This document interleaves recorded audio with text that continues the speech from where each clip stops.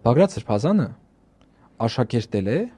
եւ շատ մտերիմ հարաբերություններ ունեցել եւ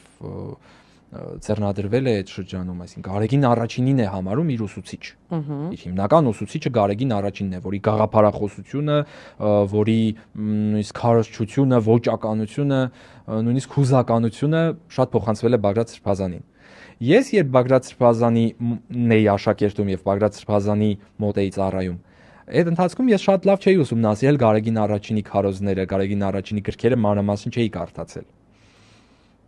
Ու ոնց որ Բագրատ Սրբազանին աշակերտելուց որոշ ժամանակ հետո ես կարդացի Գարեգին առաջինի քարոզներն ու գրքերը ու շատ մեծ հարազատություն զգացի։ Հանկարծ հասկացա, որ ես կարծես այդ նույն դպրոցի, բայց 4 սերունդ ավելի հետո, այսինքն Բագրատ Սրբազանն ունի ավելի ավագ